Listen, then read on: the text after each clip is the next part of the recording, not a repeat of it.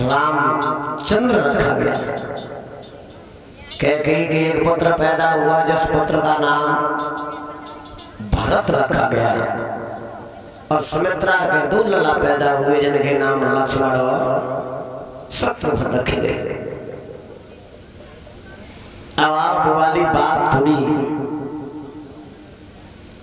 विश्वास पात्र बनाओ।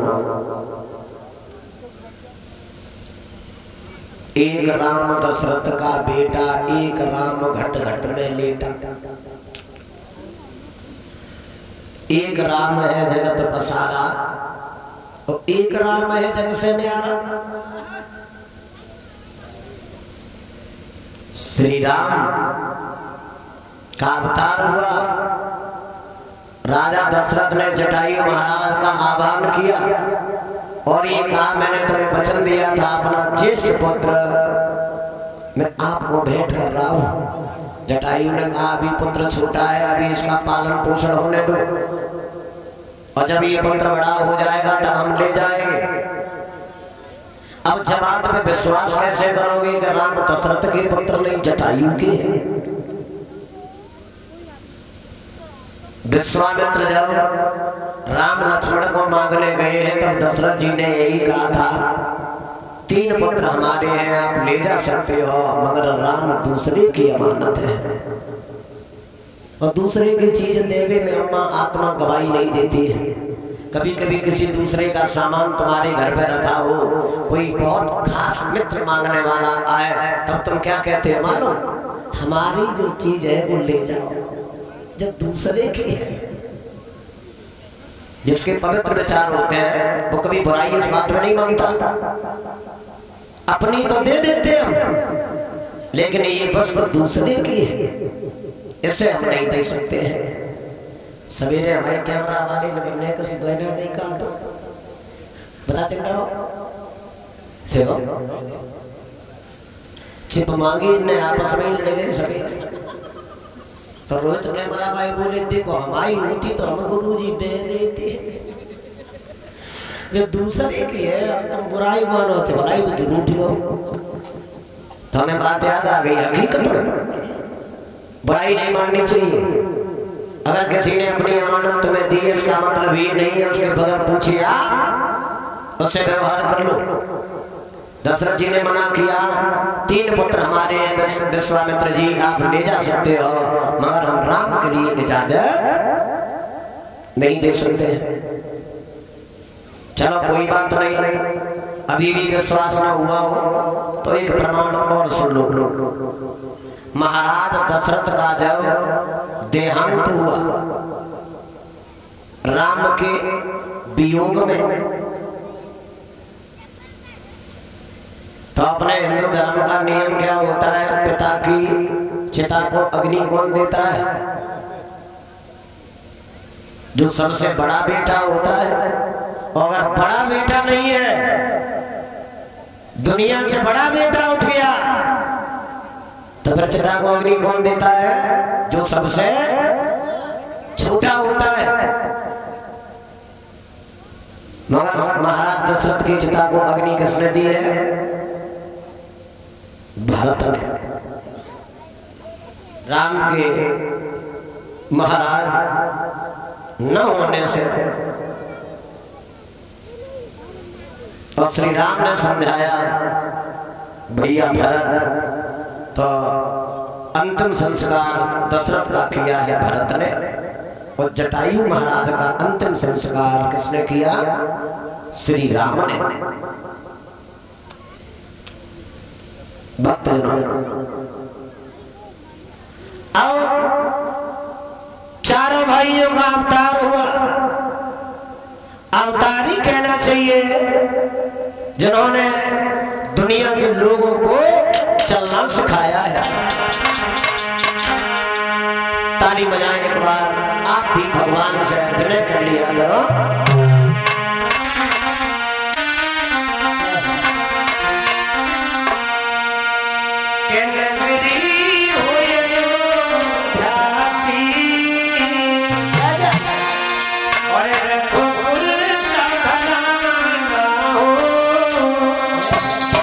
चरणों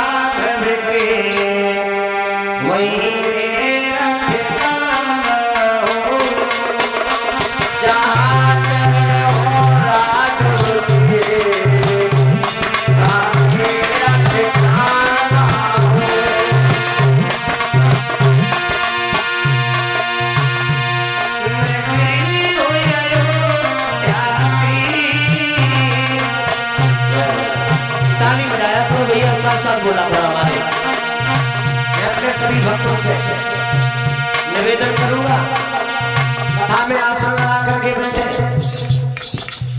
जो जो खेत की मेड़ पे बैठे हैं देखे तो पंडाल में आ जाए ये उधर पहुंचे। तुम तो खाटू श्याम की तरह खड़े हो। और क्षेत्र में युद्ध हुआ, एक तरफ कौरवों की सेना, दूसरी तरफ पांडवों की, बीच में ठाड़े बर्बरी। तो कन्हैया ने कहा अगर उधर से आए हो तो उधर जाओ, ये की पार्टी में हो तो ये आओ, बीच में क्यों? आसन लगा करके बैठे सभा में, जहां तक हो सके वहां तक।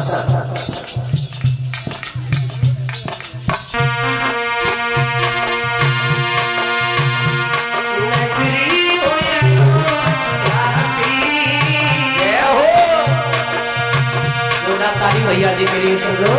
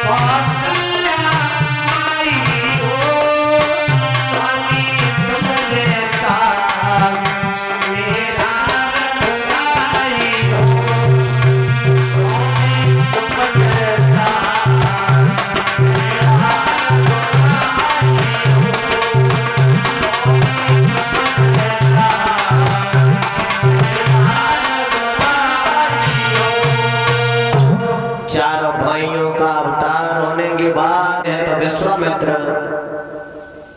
को राक्षस यज्ञ नहीं करने देते हैं, तो विश्वामित्र महाराज दशरथ के घर आए और दशरथ के घर आकर के आग्रह किए कि अपने 2 बालक हमें दे दो, राम और लक्ष्मण।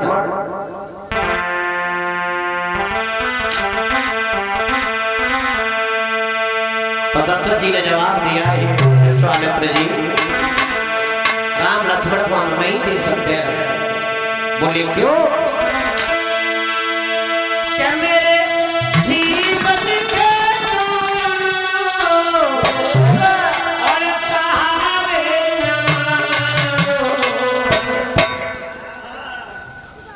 अबध मांग लो।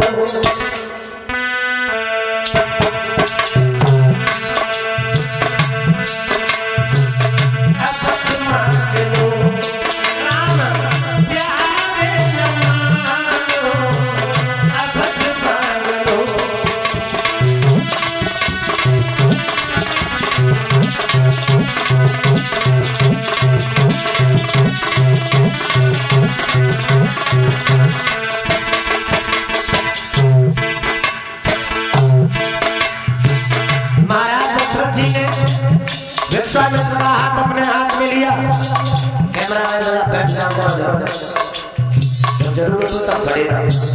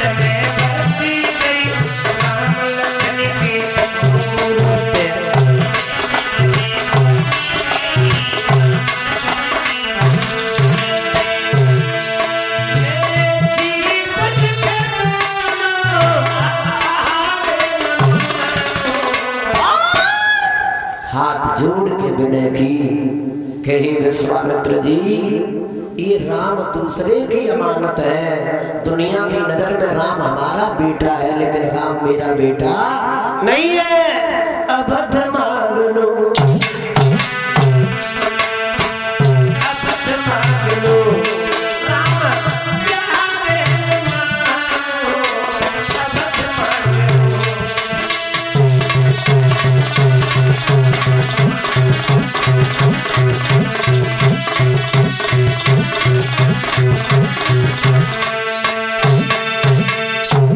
बार बार एक ही बात कही तो विश्वामित्र जटायु महाराज को आह्वान करते हैं और उन्होंने जवाब दिया, हे दशरथ, धर्म की बात है, इतने दिन तक बालक हमने आपको दिया तो इतना मोह आपका इस पुत्र से हो गया कि आप अब इसे बिछड़ता हुआ नहीं देख सकते हो।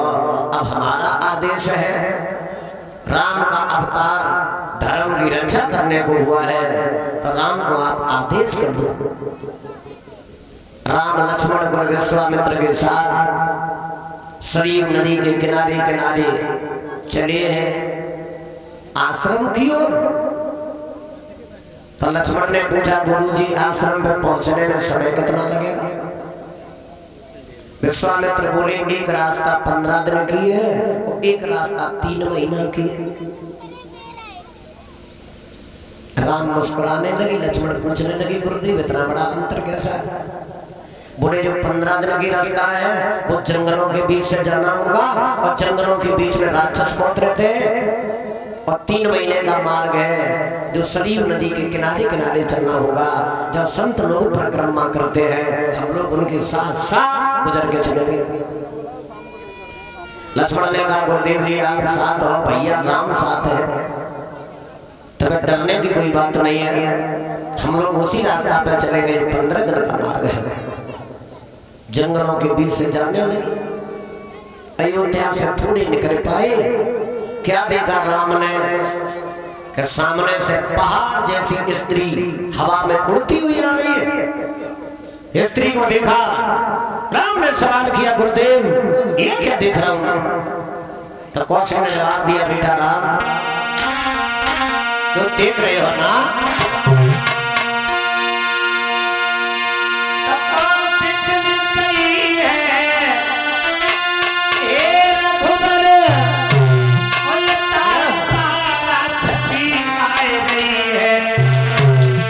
जिसके कारण हम ऋषियों ने की अपनी जान बचाई है।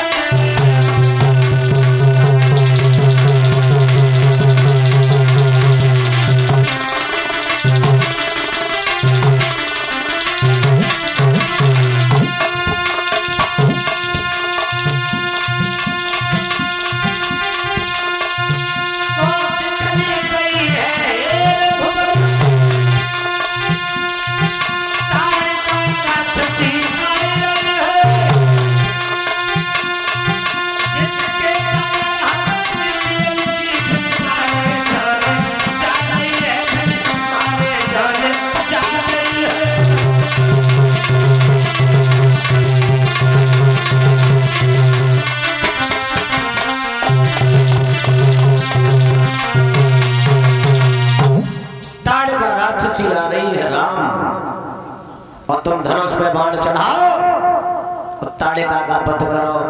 राम मुस्कुराए के बोले, गुरुदेव क्षत्रिय कभी अबला के ऊपर हाथ नहीं उठाता है।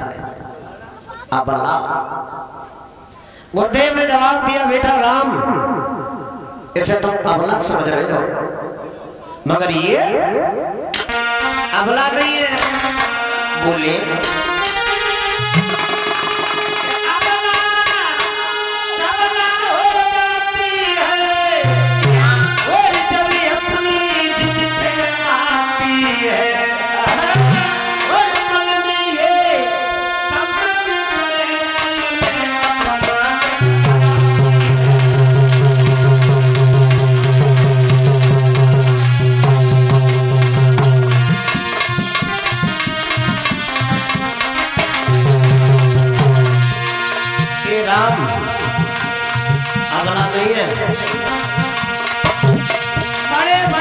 योगी से तपस्या में विघ्न डाल दी, हमारे यज्ञों से ध्वंस करती है, तुम अबला बताओ।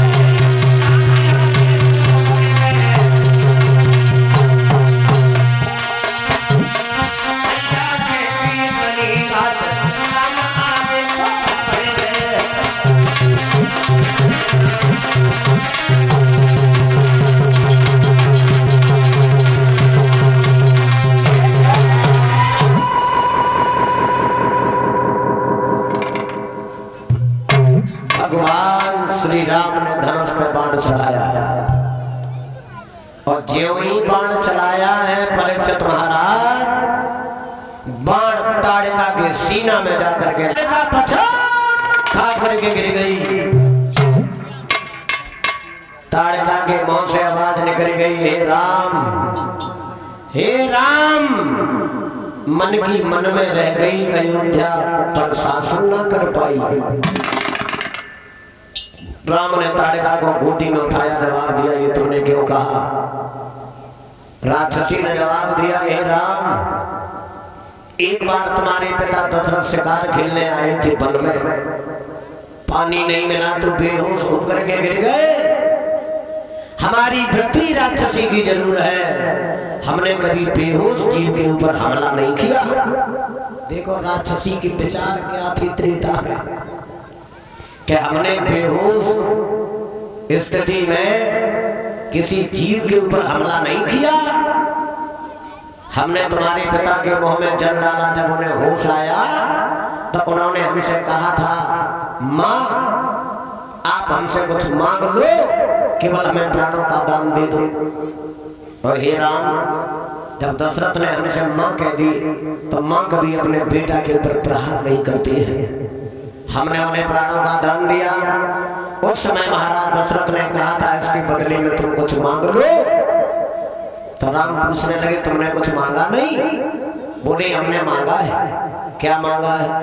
मैंने तुम्हारे पिता से मांगा था कि 14 वर्ष के लिए हमें अयोध्या की गद्दी दे दो। एक बार अयोध्या की गद्दी पर जो शासन कर लेता है, उसकी 1 से 21 पीढ़ियों का उद्धार हो जाता है। भाई 60 पीढ़ी पीछे की और 60 पीढ़ी आगे की, और एक पीढ़ी जिसमें वो पैदा हुआ। तो तुम्हारे पिता ने हमसे कहा था, ये मुकुट तुम्हारे हाथ है, आप जाओ अयोध्या पे शासन करो। मैंने कहा था, अभी नहीं, एक दिन हम स्वयं अपनी इच्छा से अयोध्या आऊंगी। आज मैं अयोध्या जा रही थी, मगर आपके हाथों से मुक्ति मिल गई। इसी जगह चौपाई लिखी गई है। कौन सी? गाते तो सब लोग जानते। कौन सी चौपाई इस जगह लिखी गई मालूम?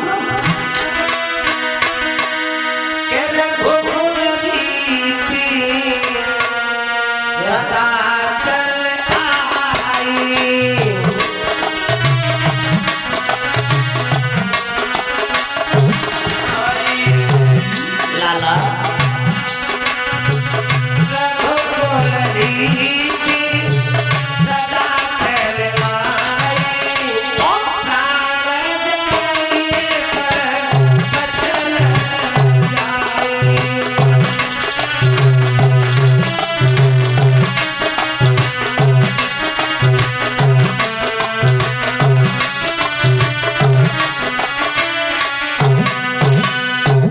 रघुकुल रीत सदा चले आई प्राण जाए पर बचनन। अब ताड़का ने जवाब दिया, हे राम तुम्हारी इच्छा क्या है? राम ने कहा हम तुम्हें जान से नहीं मारेंगे, प्राणों का दान दे रहे। पिता की बात का उल्लंघन हो जाएगा। ताड़का हंसने लगी। मरते समय ताड़का हंसी परीक्षा जी रही कहा है मैं तो इसीलिए शासन करने जा रही थी कि आपके हाथों से मुक्ति मिल जाए। बहारे राम तुम्हारी कृपा बड़ी विलक्षण है। आज विचार करके कदम आगे बढ़ाया, तुम्हारी गोदी मिल गई। और जिसे परमात्मा की गोदी मिल जाती है वो दोबारा दुनिया की गद्दी पे बैठने के लिए मन नहीं करता है। राम की गोदी में ताड़का ने अपने प्राणों को छोड़ दिया। अब लक्ष्मण की तरह तरफ निहार के श्री राम ने जवाब दिया, ये भैया लखनलाल रघुकुल रीत सदा चले आई। राम का अवतार धर्म बढ़ाने को हुआ है। तो विश्वकर्मा को बुला करके ताड़का का सर कटवाया श्री राम ने। विश्वकर्मा के हाथ में शीश दिया और ये कहा, रामायण इतना सुंदर ग्रंथ है, बहू को कैसे रखा जाता है कि बहू लड़की और निज घर आई, गुरुदेव राखो नैन पलक की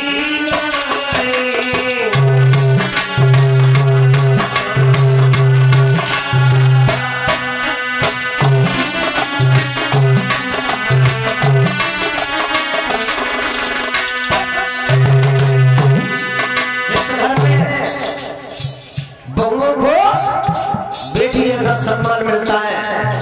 तो घर की रौनक देखो, पुरुषों की महिलाओं की बात सुनो, उस घर के दरवाजे भी मुस्कुराते हुए नजर आते हैं।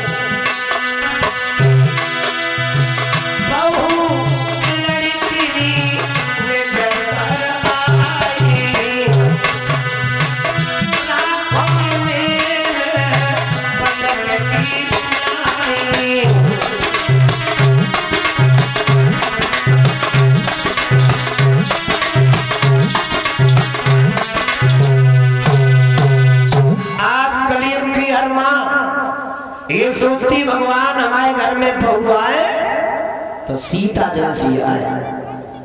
सीता जैसी जब आए, जब तुम कौशल्या बनो बुआ, जब तुम कौशल्या बनो तब जय बहू सीता बन के रहे, और तुम कौशल्या की जगह पे बनी बैठी मंथरा। कौशल्या की जगह पे बनी बैठी मंथरा, कहा करेगी सीता? वनवास हो जाएगा। भक्तजनों, रामायण की चौपाइयों को अगर तुमने समझ लिया तो जिंदगी में कभी बाधा नहीं आएगी। मगर बेटियां कभी कभी परेशान हो जाती हैं, अपनी किस्मत को कोसती हैं, परिवार को कोसती हैं। विदेह राजा जनक ने अपनी बेटी सीता का विवाह किया और इतने खुशी थे मन में कि हमारी बेटी अयोध्या में जा रही है। संगमरमर के महल, किसी बात की कमी नहीं, मगर किस्मत कहां ले जाए सीता? क्यों? दुनिया में जब प्रभु बड़ा नाम तुम्हारा करने के लिए तुम्हारा इतिहास लिखता है तो चलते हुए जीवन में मुसीबतों का सामना करना पड़ता है। जो मुसीबतों को मुसीबत नहीं समझता है उन्हीं के इतिहास लिखे गए। सीता गई अयोध्या, कुछ दिन कटी, वनवास हो गया। पिता इसलिए खुश थे कि बेटी संगमरमर के महलों में रहेगी, लेकिन बिटिया कौन रही? जंगल, वहां भी सुकून नहीं मिला। 12 साल चित्रकूट में बड़े आनंद में कटे सीता राम लक्ष्मण के। 12 साल चित्रकूट बिताने के बाद भगवान श्री राम लक्ष्मण धर्म पत्नी सीता को लेकर के पंचवटी में पहुंचे। बोले यहाँ ज्यादा आनंद सीता को मिलेगा, जिंदगी का आनंद नहीं मिला। सीता रावण हरण करके ले गया। जब हरण करके ले गया है तो सीता जी मालूम पंचवटी में बैठ के क्या कहती है? पंचवटी में बैठ के सीता कहती है, जुदा कर गई वो रावण की भेषा, जुदा कर गई वो।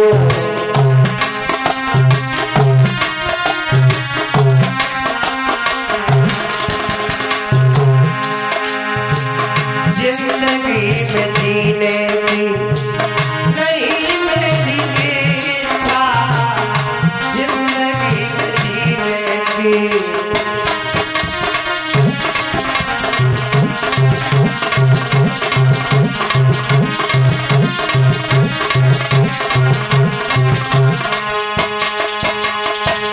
जगत मां सीता रावण को मार के भगवान श्री राम अयोध्या में सीता को फिर वापस लाई। सीता ने सोचा अब हमें सुख मिलेगा, चंद्र दिनों सुख मिला। फिर एक धोबी के कहने से सीता का फिर वनवास हो गया। धोबी के कहने से पुनः वनवास हुआ। तो राम जब सीता से मिलने गए तो सीता ने ये कहा था कि अब प्रभु जिंदगी में जीने की इच्छा नहीं है। और वो मुलाकात अंतिम मुलाकात थी श्री राम और सीता की, उसके बाद मिले नहीं है। उसके बाद द्वापर में आकर के मिलन हुआ। तो किस्मत को नहीं पूछ, ये थोड़ा जीवन है, बहुत थोड़ा जीवन है, पता ही नहीं चला जिंदगी कहां से कहां पहुंच गई। एक समय जिंदगी में बड़ा आनंद मिला। कब? जब आवश्यकताएं जिंदगी में कम थी, जब हमारे पास बचपन था। बचपन में बड़ा आनंद मिला। बचपन में मेला लगते थे, मेला। कुछ लोगों की मेला में जाने की बहुत इच्छा रहती थी। एक महीना पहले से हीरा लाल तैयारी करने लगते मेला की। तब कितने रुपया कर पाते? 50। और मेला में जाएगा सबसे पहले क्या खरीदते थे? ट्रैक्टर। और वो ट्रैक्टर और 4 पहिया की गाड़ी जो लाते थे 20 रुपया की, उस गाड़ी को लाने में जो खुशी मिलती थी उस दिन, क्योंकि मेला से शाम हो जाती थी आते आते घर पे, तो जब गाड़ी आती थी इतनी खुशी होती थी। उतनी खुशी आज 4 पहिया की एजेंसी से ले आओ नहीं है। खुशी इसलिए और होती थी कि बचपन में गाड़ी नगद कैश आती थी, हीरा लाल, कोई लफड़ा झपड़ा लोन वोन का नहीं था। देखो मेला की कथा भी एक चीज सिखाती है, बहनों के हृदय में प्यार है और भाइयों के हृदय में, देखो सभी की बात नहीं होगी, कुछ भाइयों के हृदय में बहन के लिए तकरार होती है। बचपन में बेटा और बेटी को कभी मेला में ले जाना तो लड़का सबसे पहले क्या खरीदेगा? हेलीकॉप्टर। और बिटिया गुड़िया। और मेला खत्म होने के बाद 1 साल बाद दोबारा मेला आ जाएगा। बिटिया जैसी गुड़िया लाती है, इतना प्यार करती है उस खिलौना से कि गुड़िया वैसी ही बनी रहती है। और लड़का जो हवाई जहाज लेके आता ताको का हो तो 4 दिन बाद टायर जवाई मोहल्ला में डरे हुए प्रधान जी पंखुड़िया हवाई मोहल्ला में। ये प्रतीक देवियों के हृदय में होता है। श्री राम का अवतार होने के बाद भगवान श्री राम चले जाते हैं गुरु विश्वामित्र के साथ। और गोविंद भगवान की बोलने कीर्तन भगवान का।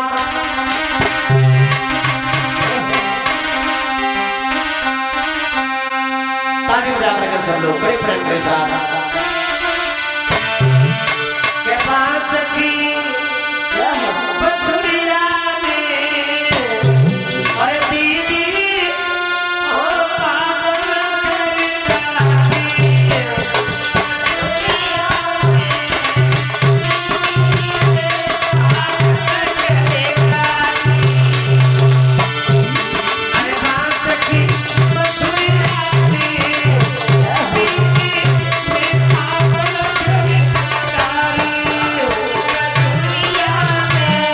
सुंदर।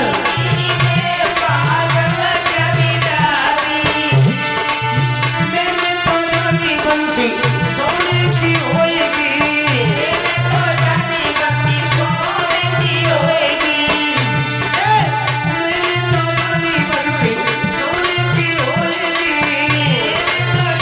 बंसी सोने की होएगी, ना बांस की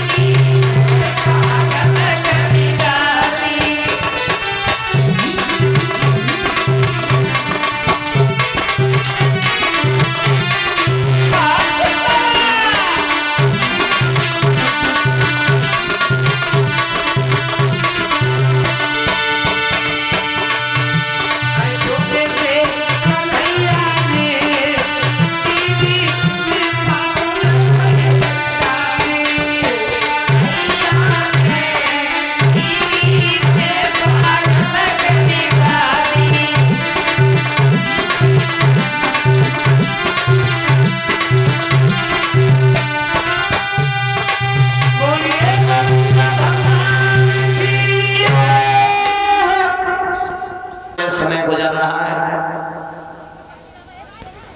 इंद्र के यहाँ दरबार लगा है जिसमें विश्वामित्र वशिष्ठ बैठे हैं। तो विश्वामित्र बोले, सुनो वशिष्ठ, मैंने सुना है कि मृत लोक पे हो गया है बहुत बड़ा दानी। दानी नहीं है, दानवीरों में है बहुत बड़ा नामी।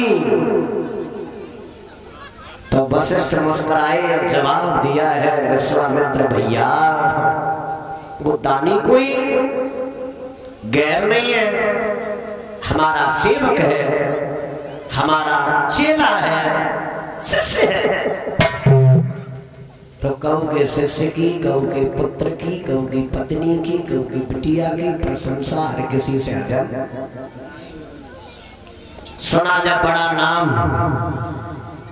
बबूला हो गए विश्वामित्र और कहने लगी, वशिष्ठ छोटा मुंह बड़ी बात कर रहे हो तुम। बोले विश्वामित्र जी, वशिष्ठ से भैया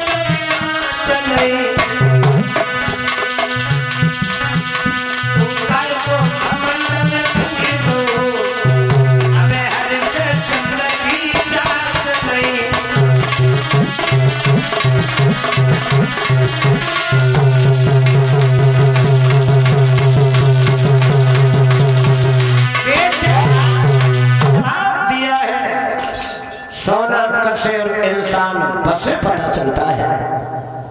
छोटा मुंह बड़ी बात कर रहे हो तुम नहीं जानते कि कसौटी सांप कहती है ये पीतल है, ये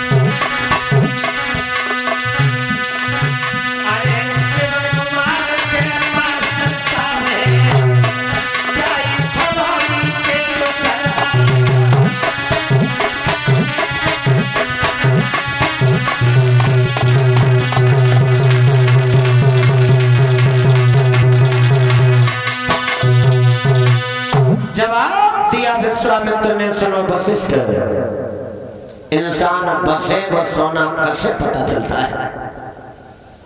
तो जवाब दिया इसका मतलब ये, भक्तजनों, विश्वामित्र ने जवाब दिया इतना बड़ा दानी नहीं है जितनी बड़ी तुम प्रशंसा कर रहे हो। हमने अगर तुम्हारी शिष्य की परीक्षा की तुरंत ही धर्म से टिक जाएगा। ज्यादा नहीं बोलना। वशिष्ठ मुस्कुराने लगे, भैया तुम परीक्षा करना चाहते हो, वैसे हमें विश्वास है। अरे मांगे से धन की कौन कहे, वो मांगे से दे दे अपनी देह। विश्वामित्र बोले आज ही जाऊंगा, और जब तक उसे धर्म से नहीं दिखा दूंगा तब तक तुम्हें लौट के अपना मुंह नहीं दिखाऊंगा। अगर 3 वचन तुम हमें दे दो तो उसे धर्म से जरूर दिखा दूंगा। तो वशिष्ठ पूछने लगे, भैया कौन से 3 वचन मांगोगे? बोले एक हमें वचन दे दो कि मैं सूकर बनूंगा। सूकर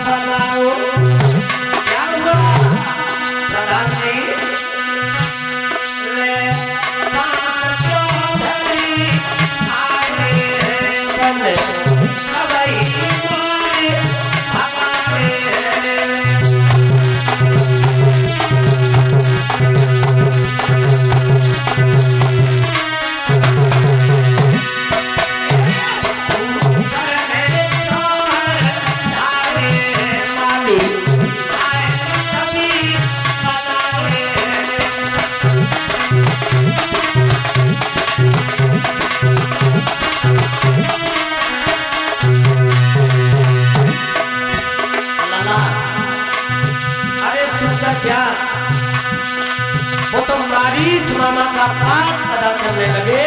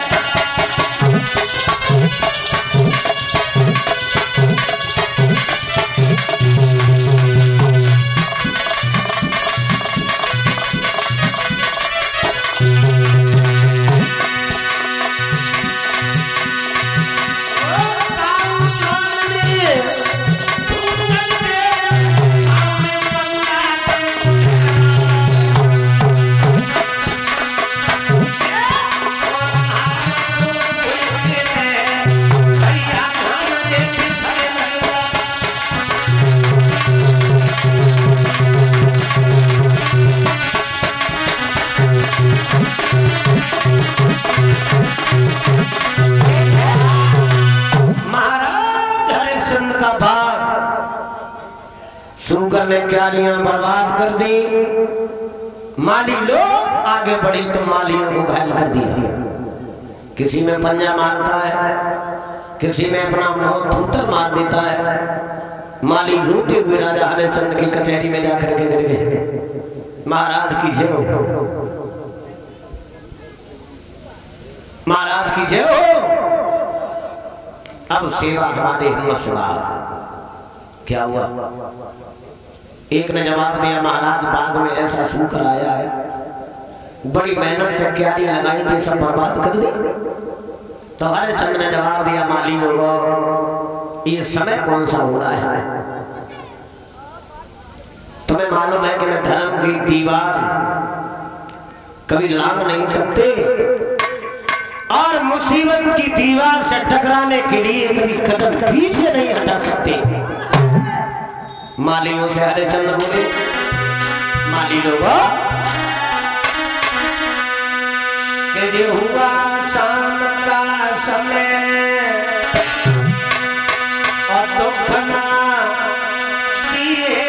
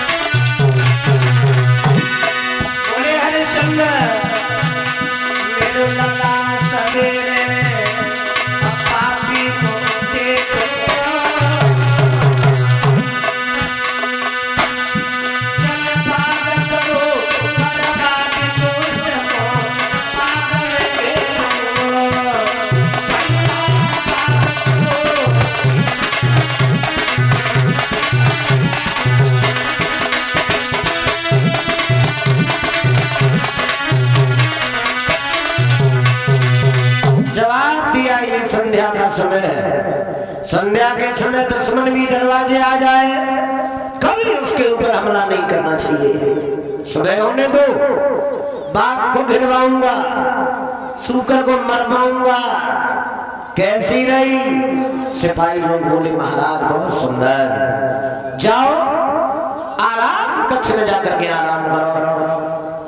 सभी जवान आराम कक्ष में चले गए और जब सवेरा हुआ बुजुर्गों, तो राजा हरिश्चंद्र ने बड़े बड़े लड़ाकू जवान तैयार किए, बगिया को घिरवाया और ये कहा कि सूकर किसी की तरफ से जिंदा नहीं जाना चाहिए। भाई पीछे भाई लोगों तो ताली बजा दे करो, देवताओं ने कहा तो उठाए, बुराई माना तो हमसे मानियो भैया, भगवान से नहीं।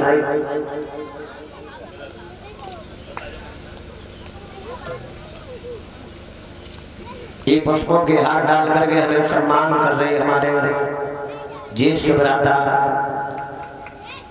रजनीश यादव और सचिन भैया जी। पुष्पों के हार से साथ में 501 मुद्राओं से हमें सम्मान कर रहे हैं। सदा सदा भगवान से कामना करूंगा प्रभु इसी तरीका से भाइयों में प्यार बना रहे हैं और ये सारी कृपा जन्म देने वाली माँ की होती है। जिस माँ के पवित्र आचरण विचार होते हैं, ऐसी माताएं हर जगह नहीं होती। जिनकी संतानों में प्यार स्नेह,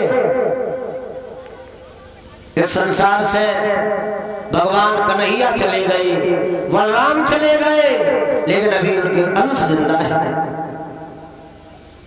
सभी साथियों को 51 मुद्राएं और पुष्पों के हार से सम्मान कर रहे हैं। सदा सदा भगवान दीर्घ आयु और सुख शांति देते रहे।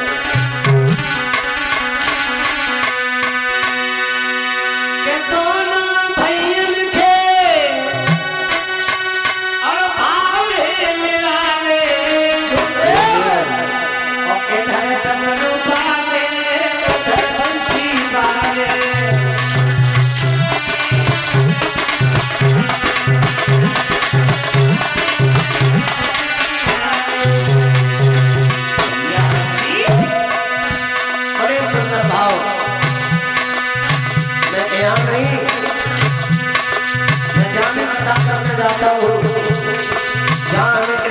दिखाई पड़ता है वो चर्चा में खोल बोलता।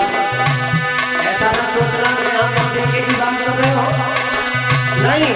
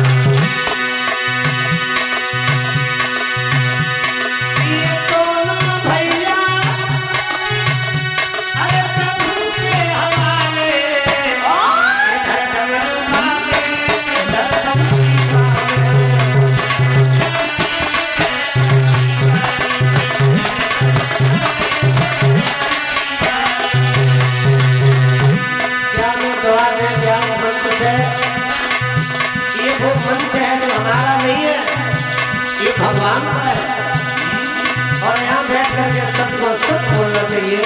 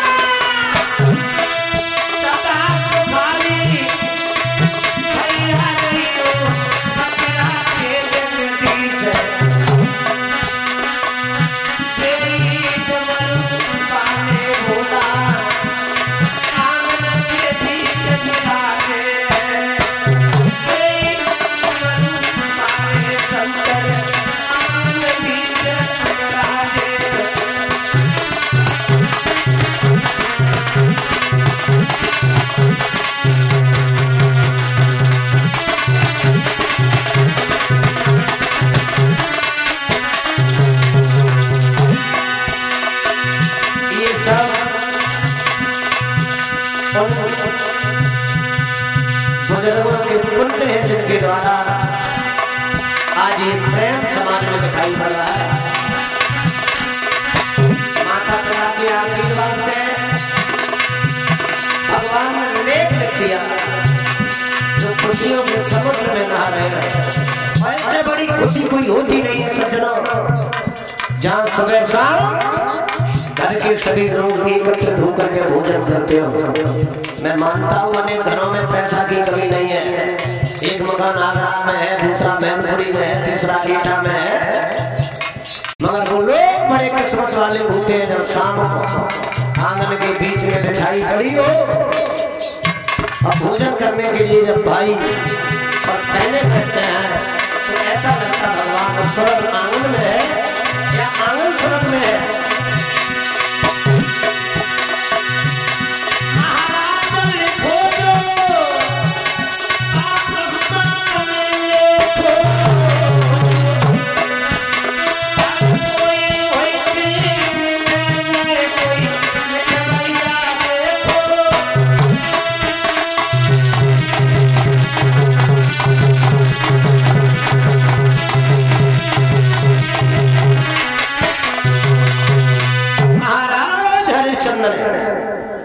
जवाब दिया आज सुबह बाप को गिरवाऊंगा।